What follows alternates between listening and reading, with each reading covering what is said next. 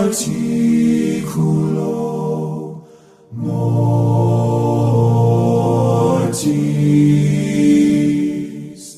Eu gostaria de continuar com a mensagem do primeiro anjo um pouco mais, porque diz: é chegada a hora do seu juízo.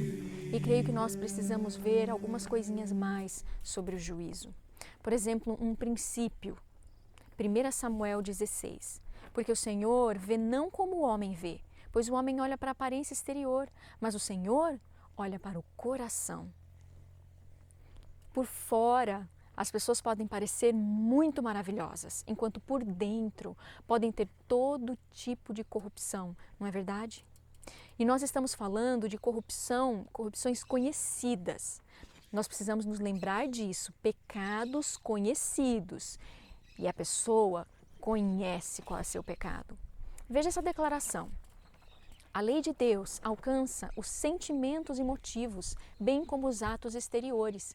Revela os segredos do coração, lançando luz sobre as coisas antes enterradas na escuridão. Então Deus está tentando nos ajudar a perceber se nós temos pecados secretos em nós. Porque se nós temos, nós precisamos nos livrar deles. A gente esconde coisas de outras pessoas, mas nós sabemos que existem. Esses são os pecados secretos. E Deus conhece cada pensamento. Você consegue perceber? As outras pessoas não conhecem os seus pensamentos, é segredo para elas. Mas aqui está uma grande curiosidade. Os anjos bons conhecem seus pensamentos. Você sabia disso? Esqueceu-se de que os anjos de Deus estavam presentes e que seus olhos puros liam seus pensamentos, intenções e propósitos do coração? Os anjos maus não estão autorizados a ler os seus pensamentos, mas os bons sim. Esse é um dom de Deus, não dos anjos. Mas Deus autorizou e concedeu isso aos anjos bons, para eles poderem ajudá-lo imediatamente quando você estiver sendo tentado, mesmo por pensamento. Deus conhece todos os pensamentos, cada propósito do coração, propósitos que começam a surgir no seu coração, cada plano, cada motivo, porque os motivos eles vão junto com os pensamentos. Os livros do céu registram os pecados que teriam sido cometidos se tivesse havido oportunidade. Deus levará cada obra a juízo com cada coisa secreta. Por sua lei, Ele mede o caráter de cada homem. Você consegue perceber que já estavam planejando algo em seus corações, mas apenas não fizeram externamente. Mas os motivos já estavam lá. Pensaram no pecado. O pecado foi até planejado. Eles só não agiram.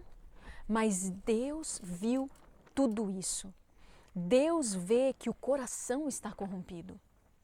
Mas a lei requer que a própria alma seja pura e a mente santa, a fim de que os pensamentos e sentimentos estejam de acordo com a norma de amor e justiça. Outra citação. Aquele que encontra prazer em demorar-se em cenas de impureza, pense agora no que a TV está fazendo, no que o inimigo tem feito através da TV. Aquele que encontra prazer em demorar-se em cenas de impureza, que condescende com o mau pensamento, com o olhar concupiscente, pode ver no pecado aberto, com seu fardo de vergonha e esmagador desgosto, a verdadeira natureza do mal que ele escondeu nas câmaras da alma. Por isso, enquanto você se demora em cenas de impureza na televisão e você está sentado lá, tranquilo, relaxando, observando o pecado com prazer, Deus conta como se você estivesse praticando. Porque você está levando aquilo que você está vendo para sua mente e agora se tornou parte do seu pensamento. Você consegue perceber como isso é terrível? E quantas vezes o inimigo de Deus e o inimigo de nossas almas tem nos levado a pecar só por nós assistirmos filmes, seriados, novelas? E você gosta de assistir, fala disso com prazer. Cuidado! Cuidado com as reportagens também. Às vezes os noticiários servem como uma vitrine para as obras do mal, como se estivessem divulgando, propagando e manchando milhares de mentes. Isso me fez lembrar de Jó, um homem íntegro, reto, que se desviava do mal. Nós não podemos nem sequer querer ouvir sobre o mal. Eu sei que existem muitas pessoas que deixam a TV ligada o dia todo em noticiários. E as notícias são boas? Crimes, violência, morte, roubo. Fujamos disso, amigos. O inimigo das nossas almas vai derrubando os tijolinhos da pureza, um a um, da bondade, vai amortecendo a compaixão natural. O amor natural vai se esfriando de tanto ouvirmos relatos das maldades que existem no mundo. Purifique a sua mente, afaste-se de todo o mal. A lei de Deus toma nota do ciúme, a inveja, o ódio, a malignidade, a vingança, a concupiscência e a ambição que emergem na alma, mas não encontraram expressão em ato exterior porque faltou ocasião e não vontade. Então aqui estão todas estas emoções surgindo na alma. Você não expressou esse ódio, você não expressou o ciúme, mas estão lá.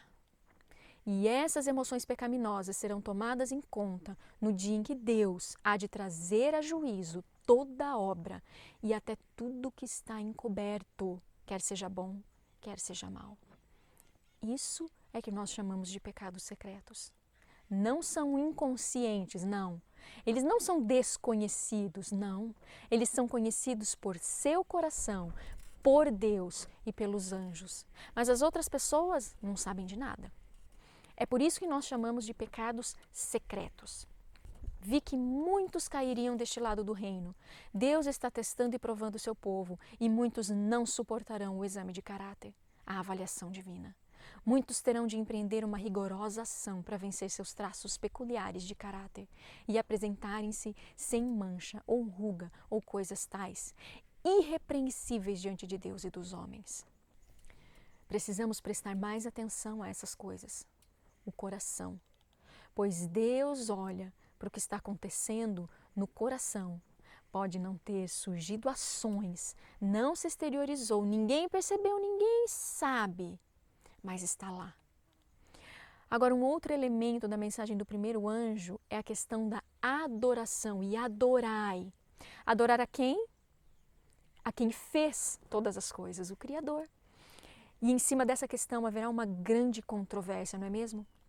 E mesmo agora, nesse momento em que nós estamos vivendo, toda essa situação está se apresentando diante de nós, sabe para quê? Para que nós possamos ajudar as pessoas a perceberem que elas precisam prestar atenção. Será que elas estão honrando a Deus? Será que elas conhecem qual é o dia de adoração que Deus escolheu? Ou não estão adorando a Deus? Estão então adorando outro Senhor. E talvez elas nem saibam a essa altura, nem se dão conta disso. Mas isso vai ficar cada vez mais claro para as pessoas. E temos de buscar sabedoria para compreender como partilhar isso com elas. O segundo anjo. O que nos diz o segundo anjo? Caiu Babilônia, aquela grande cidade que a todas as nações deu a beber do vinho da ira da sua fornicação. Quem é Babilônia? A grande Babilônia, a mãe das prostituições e abominações da terra. Se ela é mãe, quem são as filhas? Vejamos esse texto. Declara-se que Babilônia é mãe das prostitutas. As suas filhas devem simbolizar igrejas que se agarram às suas doutrinas e tradições e seguem o seu exemplo de sacrifício da verdade e aprovação de Deus, a fim de formar uma aliança ilegal com o mundo. A mãe das prostitutas. Qual a única igreja no mundo que se intitula de igreja mãe? Sim, o catolicismo romano. Ela se diz abertamente a igreja mãe. E o que é que ela está fazendo com as filhas que uma vez a deixaram, os protestantes que a deixaram? Ela está chamando de volta. E essas filhas estão vindo? Oh, sim. E elas já voltaram. É impressionante ver como tudo está funcionando. Uma outra pergunta, o que é o vinho que ela dá de beber a todos? Babilônia tem estado a promover doutrinas venenosas, o vinho do erro. Esse vinho do erro é composto de doutrinas falsas, tais como a imortalidade natural da alma, o tormento eterno dos ímpios, a negação da existência de Cristo antes de seu nascimento em Belém, a defesa e exaltação do primeiro dia da semana acima do santo e santificado dia de Deus. Que é esse vinho? Suas doutrinas falsas. Ela deu ao mundo um sábado falso em vez do sábado do quarto mandamento, o sétimo dia, e tem repetido a mentira que Satanás disse no princípio a Eva, lá no Éden. Que falso ensinamento foi esse? A citação continua nos dizendo: a imortalidade natural da alma. Muitos erros semelhantes tem ela propagado por toda parte, ensinando doutrinas que são preceitos dos homens. Então, estou tranquilo, Carol. Eu não creio nessas coisas. Bom, lá no Jardim do Éden, o que foi que Deus disse para Adão e Eva? No dia em que dela comerdes, certamente morrerás. Se você pecar, certamente morrerá. E o que Satanás disse? Não. Se você pecar, certamente não morrerá. Nós acreditamos nessa falsidade? Não, Carol, jamais. Será? Muitos do nosso povo creem nesse engano, sim. Não que eles creiam que os mortos, eles não estão de fato mortos, não é isso. Mas muitos de nós, muitos, acreditam que se nós pecarmos, ainda estamos em Cristo. Que o pecado não nos separa de Deus. Mas Deus disse, a alma que pecar, essa morrerá. Mas muitos creem e propagam a ideia assim, você certamente não morrerá. Creem que Deus vai olhar para eles como se eles nunca tivessem pecado, apesar de estarem pecando. Jesus, então, os cobrirá com a sua justiça a si mesmo. Não existe tal ensinamento na palavra de Deus. E crer dessa forma deixa as pessoas em pecado. E Deus nunca vai conseguir convencê-los de que de fato estão na condição de perdidos. Isso é tão triste. E eu quero partilhar esta declaração, especialmente entre nós. A condenação que está sobre Babilônia certamente vai cair sobre aqueles que rejeitarem a verdade. Cuidado com as rejeições da verdade. Pode ser que a gente fique pensando, nós estamos tranquilos porque nós não aceitamos o sábado espúrio, nós não cremos na imortalidade da alma. Mas e as verdades que temos rejeitado? Se nos desviamos do testemunho da palavra de Deus, aceitando falsas doutrinas, porque nossos pais as ensinaram, caímos sob a condenação pronunciada sobre Babilônia. Estamos a beber do vinho de sua abominação. Se nos desviarmos da verdade da palavra de Deus e aceitarmos a falsa doutrina, ou porque nossos pais nos ensinaram, ou porque nossos líderes ensinam, nós vamos estar sob a condenação pronunciada sobre Babilônia. Porque nós estaremos bebendo do vinho de sua abominação. E você sabe que há muito vinho circulando em nosso meio, muito vinho. E qual é o pior vinho que se pode oferecer para alguém? O vinho que te deixa sem a salvação. Agora, há certas coisas que não são uma questão de vida ou morte. Mas o vinho que diz que você pode ser salvo no pecado, vai deixá-lo fora do reino de Deus. É com isso que você precisa tomar cuidado e eu preciso tomar cuidado. Que todos os que aceitam a autoridade humana, os costumes da igreja ou as tradições dos pais atendam à advertência envolvida nas palavras de Cristo. Em vão me adoram, ensinando doutrinas que são preceitos dos homens. Quantos de nós estão bebendo vinho já a vida inteira? E que vinho é esse? O vinho do... Enquanto você estiver tentando, está tudo bem. Não se preocupe, fique tranquilo. Você precisa ter paz, creia. E de onde essas pessoas tiraram essa ideia? Apenas por ser tão pregado por aí nos púlpitos. Existe até um diagrama, um gráfico, para explicar essa forma de crer. Existem alguns livros que contêm esse diagrama. Então é assim, você vem a Cristo e é salvo como se nunca tivesse pecado. E isso de fato é verdade. Se você entregar todo o seu coração a Jesus, você realmente é contado como se nunca tivesse pecado. Mas se você se contentar com uma experiência superficial, isso não será verdade, deixará de ser verdade. Porém, se você vier com todo o teu coração, ele limpa, ele restaura, ele regenera. Então sim, é como se você nunca houvesse pecado. Então o que ele espera de você? Que você permaneça nele.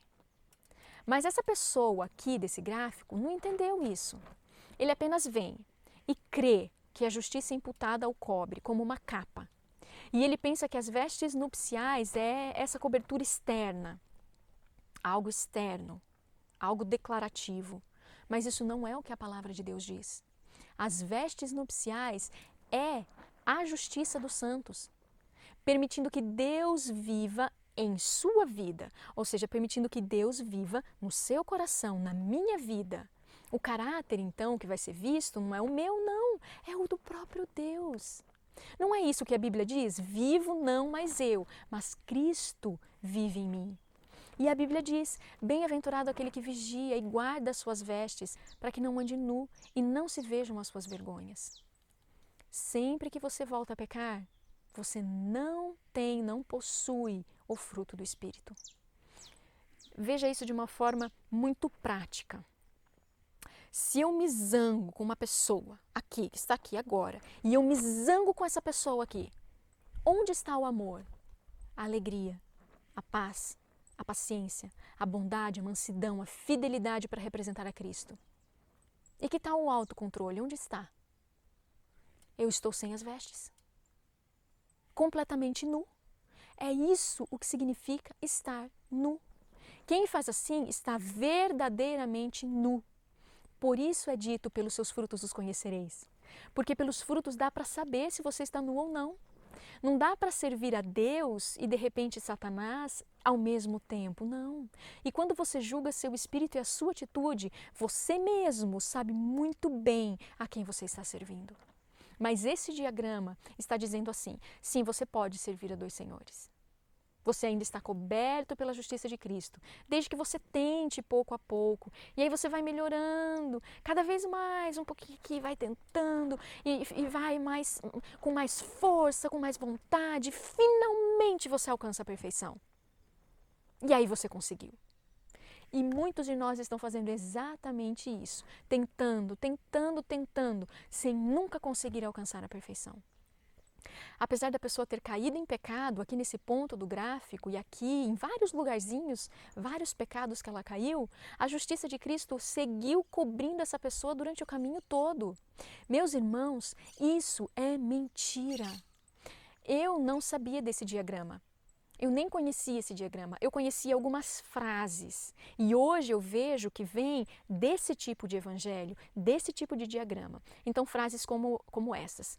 Continue tentando, você vai conseguir.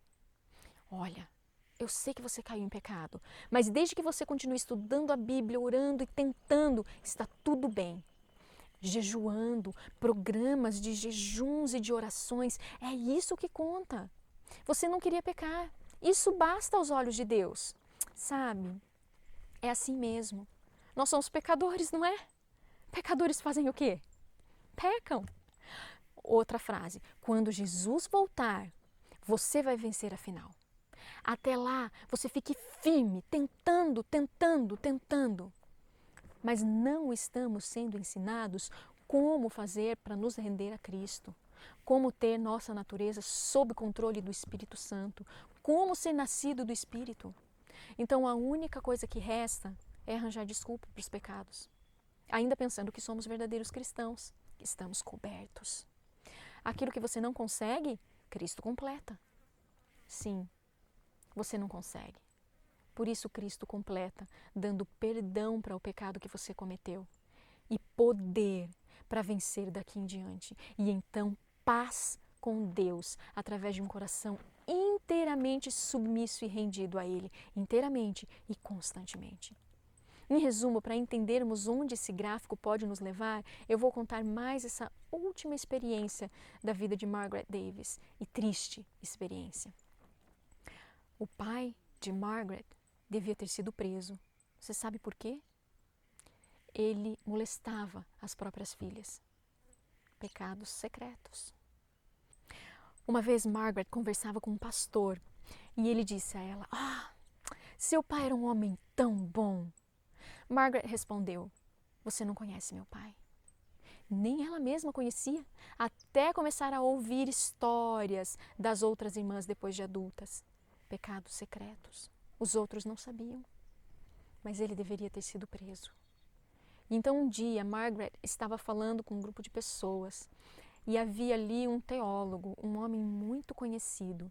Quando ela mostrou esse diagrama que nós acabamos de ver, para ela mostrar o erro, o pastor se retirou da reunião. E ficou óbvio que ele se retirou da reunião porque ele acreditava naquele diagrama. Após o término, ela foi até ele conversar com ele e perguntou, bem sinceramente, olhando nos olhos desse pastor: pastor, quantos pecados Deus vai cobrir? Quantos? Até onde você pode ir? Qual a profundidade que nós podemos atingir e ainda estar cobertos? Quão terrível você pode ser e Deus ainda te considerar justificado aos seus olhos? Então ela compartilhou com ele a experiência do pai dela, a raiva, a inveja, a concupiscência, o abuso. E ele disse: sim, o seu pai ainda estava coberto, ainda era justo aos olhos de Deus. E ela disse: de jeito nenhum, nem pensar. Mas é nesse ponto, é nesse lugar, é aí que você chega com esse diagrama. Ele deixa as pessoas enganadas no pecado. Deixe-me ler algumas declarações que nos ajudarão a entender isso e a ver de onde veio esse diagrama em primeiro lugar. Veio dessa citação. Se está no coração obedecer a Deus, se são feitos esforços nesse sentido, Jesus aceita essa disposição e esforço como o melhor serviço do homem e supre a deficiência com seu próprio mérito divino. É o que está escrito. Se está escrito, então é verdade. Mas nós vamos ver o contexto. Sempre se certifique de ler antes e depois.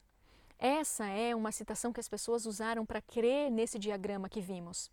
Nos círculos adventistas, na verdade, no mundo inteiro. E é esse evangelho que nos deixou nessa condição morna e sem poder. E tem nos mantido nessa condição morna e sem poder. E isso é muito triste. Mas agora nós vamos ler a declaração toda. Não há desculpa para o pecado ou para a indolência.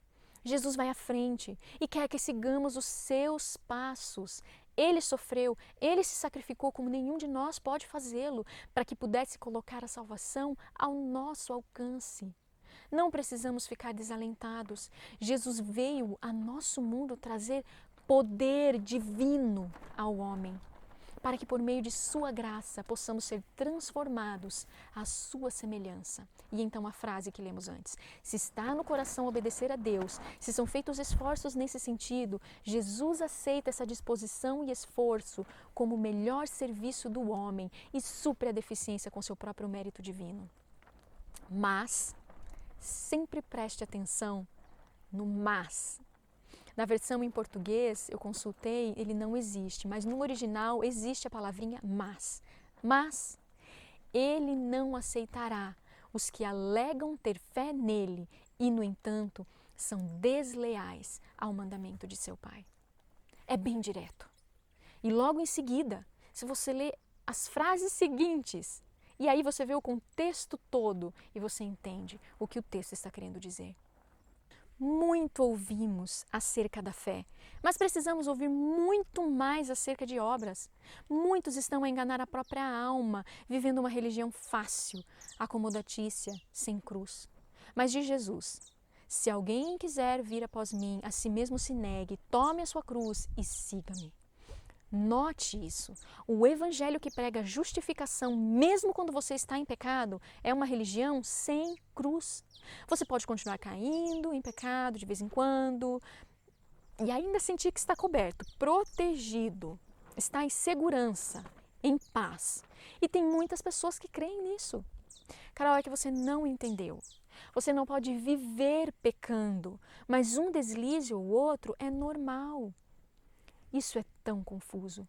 Então quer dizer que se eu olhar para um outro homem com pensamentos impuros todos os dias, não pode. Mas se for assim, uma vez por semana, aí não tem problema? Ah, mas é difícil vencer a impaciência com essa nossa deficiência, dessa nossa natureza. Nós temos natureza pecaminosa. O que o texto inspirado por Deus nos diz que ele veio nos trazer para compensar as nossas deficiências? Vamos ver de novo o texto. Ele trouxe a nós poder, ele veio para trazer poder divino para suprir as nossas deficiências. Ele não vai fechar os olhos para as minhas deficiências, não. Ele veio trazer poder para que eu possa vencer as minhas deficiências. Eu de mim mesma nada posso fazer, mas Ele veio, Ele vai me conceder o poder, Ele concede. Deus está constantemente trabalhando para compensar as deficiências do homem com seu poder e sua graça. Vamos ver mais algumas citações. Cristo ama a sua igreja, dará todo o auxílio necessário aos que a Ele clamam por força a fim de desenvolver caráter cristão. Seu amor, no entanto, não é fraqueza. Não condescenderá com os seus pecados, nem lhes dará prosperidade enquanto continuarem a seguir um caminho errado. Unicamente por fiel arrependimento serão perdoados os seus pecados, pois Deus não cobrirá o mal com as vestes de sua justiça. Outra citação. O halo de glória que Deus dera ao santo Adão e que o cobria como um vestido, deixou-o após sua transgressão. A luz da glória de Deus não podia cobrir a desobediência e o pecado. Preciso dizer a verdade a todos. Os que aceitaram a luz da palavra de Deus não devem nunca, nunca deixar no espírito humano a impressão de que Deus se contente com seus pecados. Deus não pode permanecer no coração e conceder-lhe a sua justiça enquanto você está pecando. É simples assim. Ele antes vai precisar trazer você de volta ao arrependimento e à purificação. Jesus está em pé no Santo dos Santos para comparecer agora na presença de Deus por nós. Ali, Ele não cessa de apresentar seu povo, momento após momento, perfeito nele. No entanto, por sermos assim representados perante o Pai, não devemos imaginar que podemos abusar de sua misericórdia, tornando-nos descuidados, indiferentes e condescendentes. Cristo não é o ministro do pecado. Somos perfeitos nele, aceitos no amado, unicamente se permanecemos nele pela fé. Meus irmãos, é somente enquanto nós permanecemos nele e o deixamos controlar o nosso espírito é que nós somos vistos como justos. E isso não deveria desencorajar ninguém. Ninguém de nós precisa olhar para si, para a sua vida, para a sua família e se desesperar. Porque Ele vai cuidar de nós. Ele vai nos trazer de volta se tão somente nós permitirmos. Não é verdade? E Ele enviará até mesmo anjos da guarda para nos proteger da morte, até que nós nos voltemos para Ele. Você consegue entender essa verdade maravilhosa? Eu estou contente constantemente por saber de tudo isso, de que Ele não me cobre em pecado. Por que eu estou feliz em saber disso? Porque agora eu sei que se eu pecar, eu preciso voltar correndo para Deus. Eu não posso perder tempo. Enquanto antes, sabe o que eu fazia? Eu dava desculpas. E essa é uma condição miserável, viver com o espírito enganado. Eu não quero isso. É uma desgraça. Mas embora Deus possa ser justo e ao mesmo tempo justificar o pecador pelos méritos de Cristo, homem algum pode cobrir sua alma com as vestes da justiça de Cristo enquanto comete pecados conhecidos ou negligencia conhecidos deveres. Deus requer a completa entrega do coração antes que possa ocorrer a justificação. E para que o homem conserve essa justificação, tende a haver obediência contínua, mediante ativa e viva fé, que opera por amor e purifica a alma. A fim de que o homem seja justificado pela fé, esta tem de chegar ao ponto em que controle as afeições e os impulsos do coração. A justiça de Cristo não é uma capa para encobrir pecados não confessados e não abandonados. A justiça de Cristo é um princípio de vida que transforma o caráter e controla a conduta. Cristo em você é a única esperança da glória. E Ele não pode morar em você se existe algum pecado conhecido. Será que já acreditamos em doutrinas erradas nessa área, meus irmãos? Sim, muitos de nós fomos enganados. Mas nós não pesquisamos, nos deixamos levar. E seremos considerados culpados se seguirmos ou continuarmos seguindo o que os nossos pais nos ensinaram ou o que nossos líderes nos ensinaram, ao invés de conhecermos por nós mesmos da própria boca de Deus.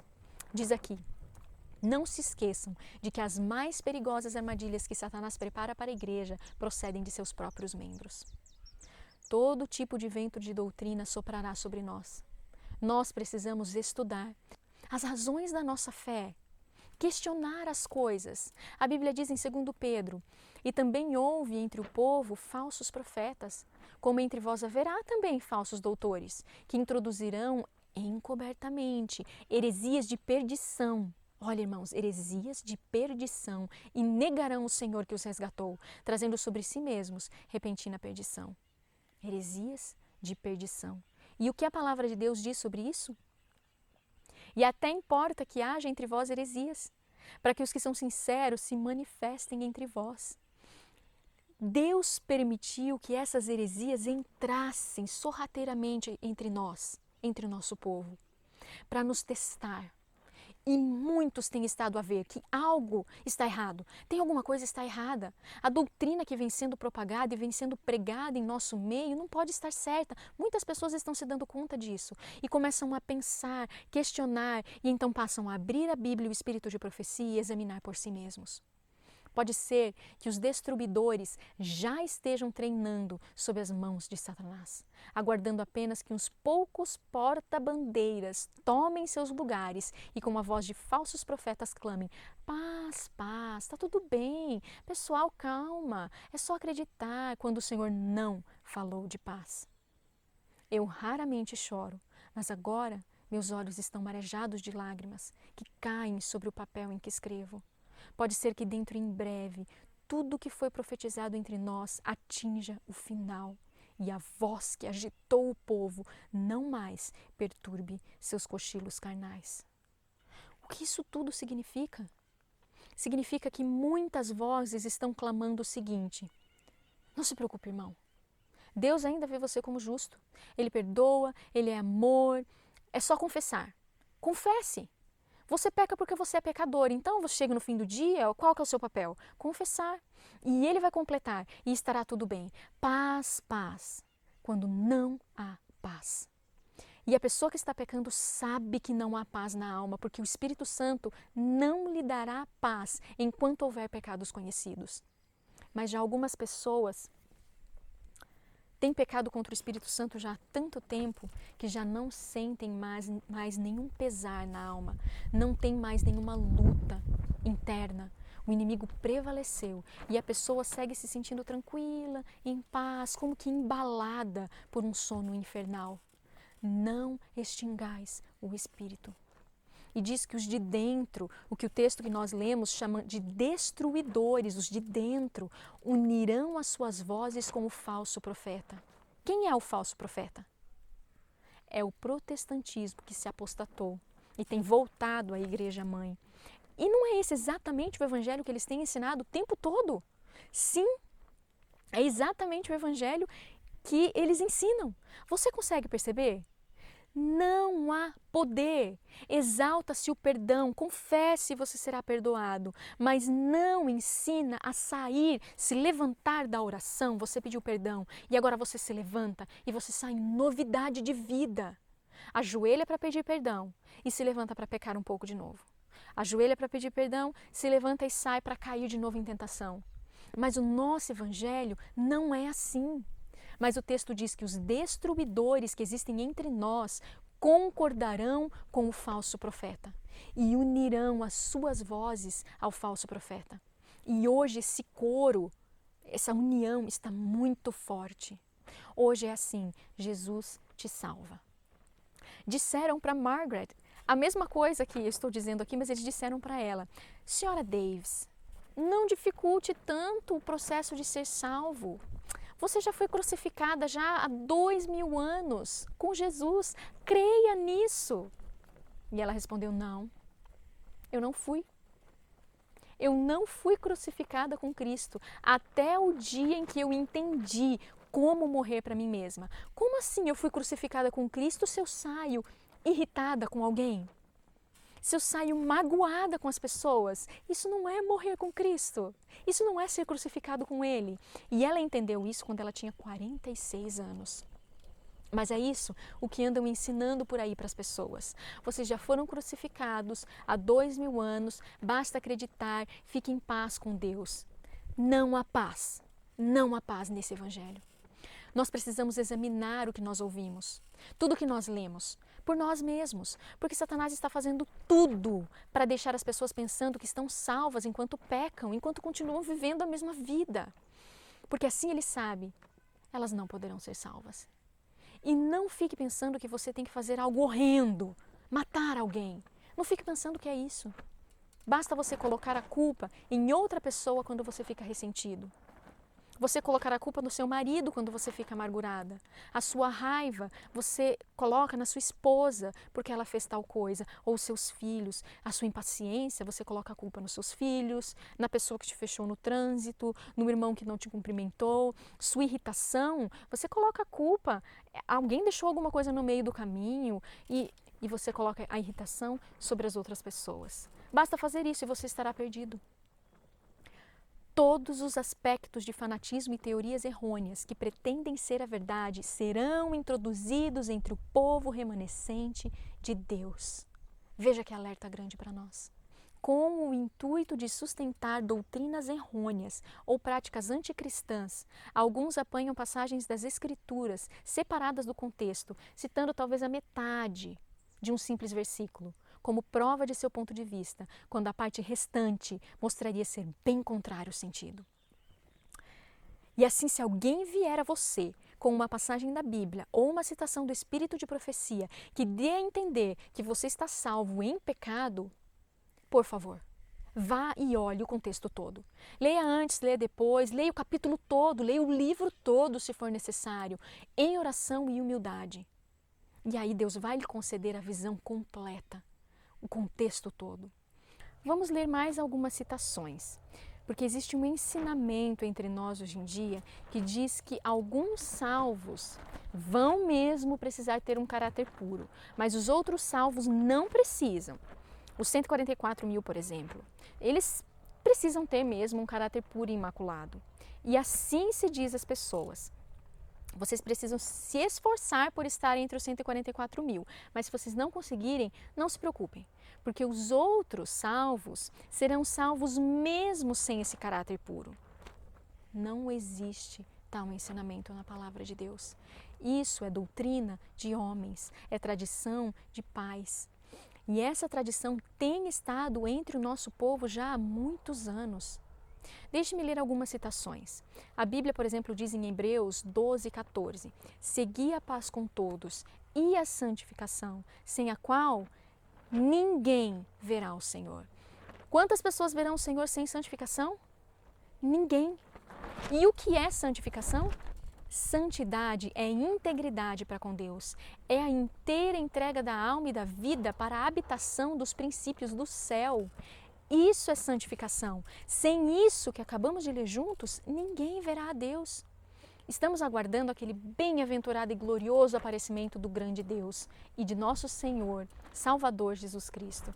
Podemos não estar vivos quando Cristo vier em poder e grande glória, pois todos estão sujeitos à morte a qualquer momento. Mas, se formos justos, em harmonia com a lei de Deus, responderemos à voz que chamará o povo de Deus de suas sepulturas e sairemos para receber a imortalidade.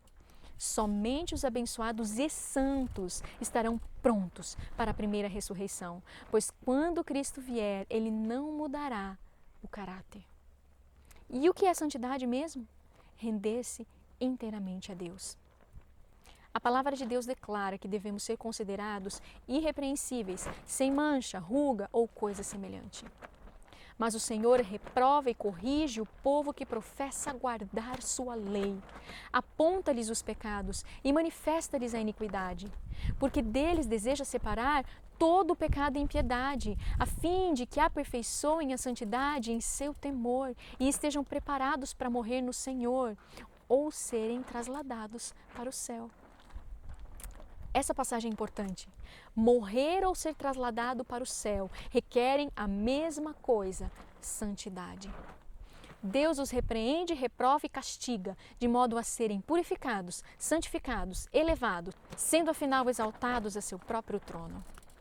Deus não aceitará coisa alguma a não ser pureza e santidade. Uma mancha, uma ruga, um defeito de caráter, excluí-los-ão para sempre do céu, com todas as suas glórias e riquezas. Todos têm luz suficiente para ver seus pecados e erros, se assim o desejarem, e quiserem sinceramente afastá-los e aperfeiçoar a santidade no temor do Senhor. Deus é puro demais para contemplar a iniquidade e o pecado. Um pecado é tão grave aos seus olhos em um caso como em outro. Nenhuma exceção será feita por um Deus imparcial. Aquele, pois, que sabe fazer o bem e não faz, comete pecado. Deus lida com as coisas conhecidas. Os culpados sabem exatamente quais os pecados a confessar para que o seu coração seja purificado diante de Deus. E pecados secretos são pecados conhecidos. Pecados secretos não são aquele que nós chamamos de inconscientes ou da ignorância. E quando Jesus vier, Ele vai fazer expiação por todos os pecados da ignorância, coisas que você não sabia. Mas pecados conhecidos devem ser confessados diante dele e abandonados. Deus é muito cuidadoso na maneira como Ele lida com seu povo. Ele é muito amoroso, Ele é muito gentil, mas Ele não pode nos salvar em pecado. Ele simplesmente não pode. Porque o pecado retornaria tudo de novo lá no céu. Se nós não experimentarmos hoje e a cada momento, a cada instante, essa aproximação com Deus, com Jesus, tão íntima, mas tão íntima, que em verdade todo e qualquer pecado conhecido seja abandonado de uma vez, então o céu não estaria seguro com a minha presença lá, com a nossa presença lá. Não poderíamos subir. Mas quantos precisam passar por essa experiência? Todos seremos glorificados juntos. Veja bem, algumas pessoas ensinam que os 144.000 permitirão sim que Jesus os purifique a eles e, portanto, Deus poderá salvar aqueles que não foram purificados e morreram em seus pecados. É como se existisse dois caminhos e duas formas. Uns passarão pela purificação e terão um caráter puro e santo, mas outros não passaram por isso, mas Deus dá um jeito de salvá-los de alguma forma. Os 144.000 são a noiva de Cristo. Agora, os outros não. Os outros são salvos. Não tem um rótulo. São os outros salvos. Não existe esse ensinamento na palavra de Deus. Isso vem do racionalizar humano. O mesmo poder que ergueu a Cristo dentre os mortos fará ressurgir sua igreja e glorificá-la-á com Cristo como esposa sua, acima de todos os principados, acima de todos os poderes, acima de todo nome que é mencionado, não somente neste mundo, mas também nas cortes celestes, no mundo do alto. A vitória dos santos que dormem será gloriosa na manhã da ressurreição. A vitória dos santos que dormem. Quer dizer que eles também venceram. Todos seremos glorificados juntos. Note bem, os santos que dormem também são chamados de sua noiva. E esses falsos ensinamentos dizem que apenas os 144.000 é que são a noiva de Cristo. E que os mornos, Deus vai dar um jeitinho de estar todos lá no céu. Enquanto uns são egoístas buscando a recompensa, os 144.000 é que estão à espera do noivo. Não existe esse ensinamento. Todos os salvos são chamados de a noiva de Cristo. Todos terão sido resgatados e regenerados. Mas, Carol, então de onde eles tiraram esse pensamento? Hebreus 11, 39 e 40 diz o seguinte, ao falar sobre os justos através dos tempos.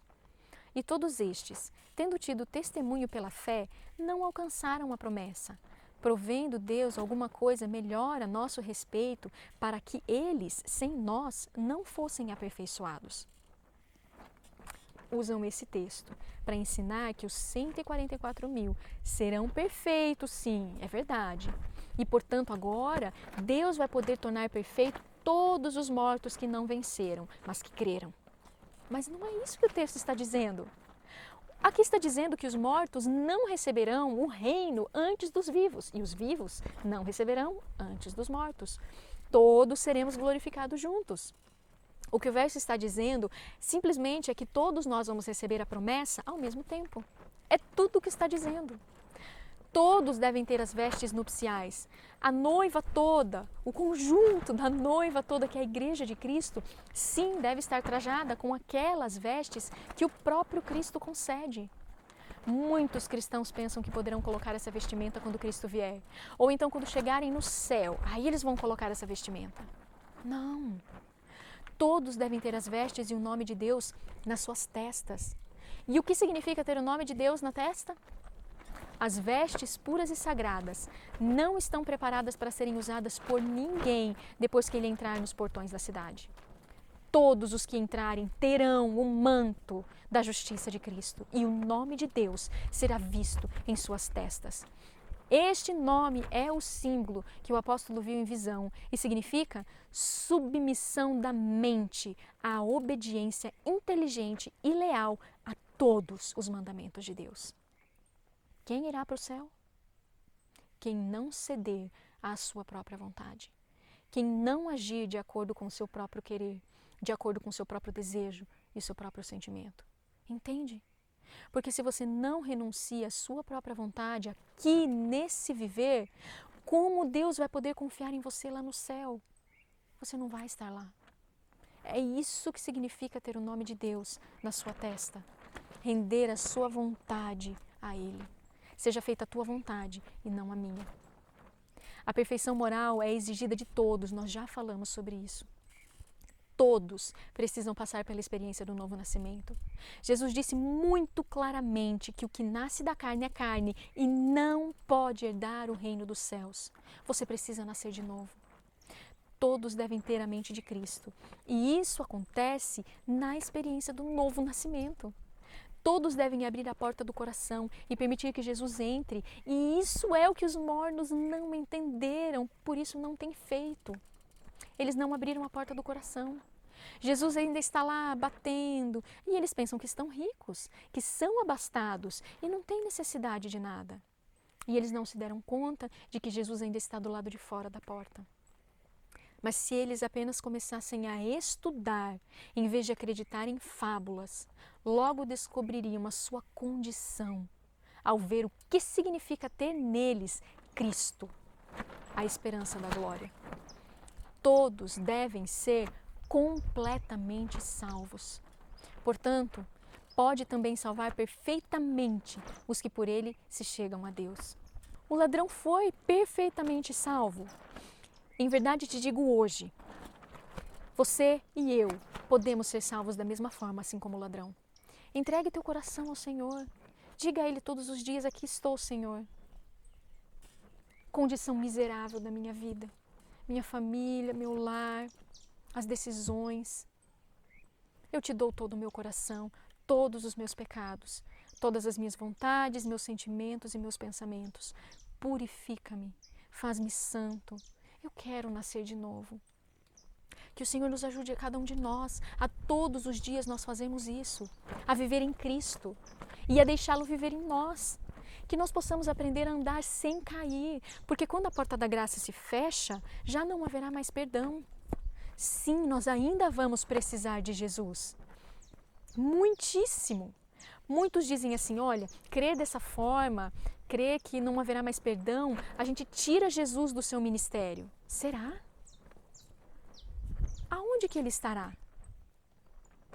Ele estará vivendo em nós, lembra? Esse é o selo, Jesus vivendo em você. Ele poderá selar todos aqueles que tiverem Cristo vivendo em seu coração. de uma forma que nada mais o mova, inamovível, nada mais o separa de Jesus. Acabou aqueles altos e baixos, aquelas inconstâncias.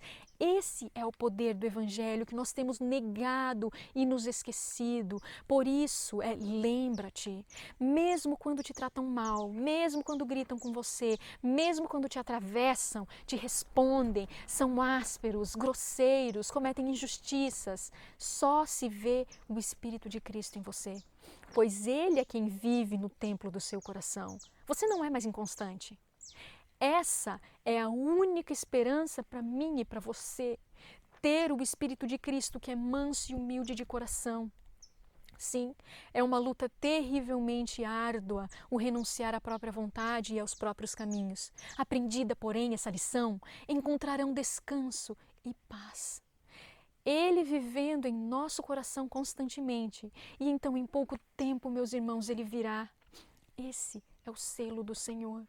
Que o Senhor ajude a cada um de nós para que esse grande milagre se cumpra em nossas vidas. Eu oro por cada um de vocês, clamo ao Senhor para que todos nós possamos crer nessa grandiosa e magnífica promessa. Ele é capaz, Ele pode. E nós do canal Lembra-te, desejamos a todos vocês o que há de melhor. Cristo em vós, a esperança da glória. Mortis,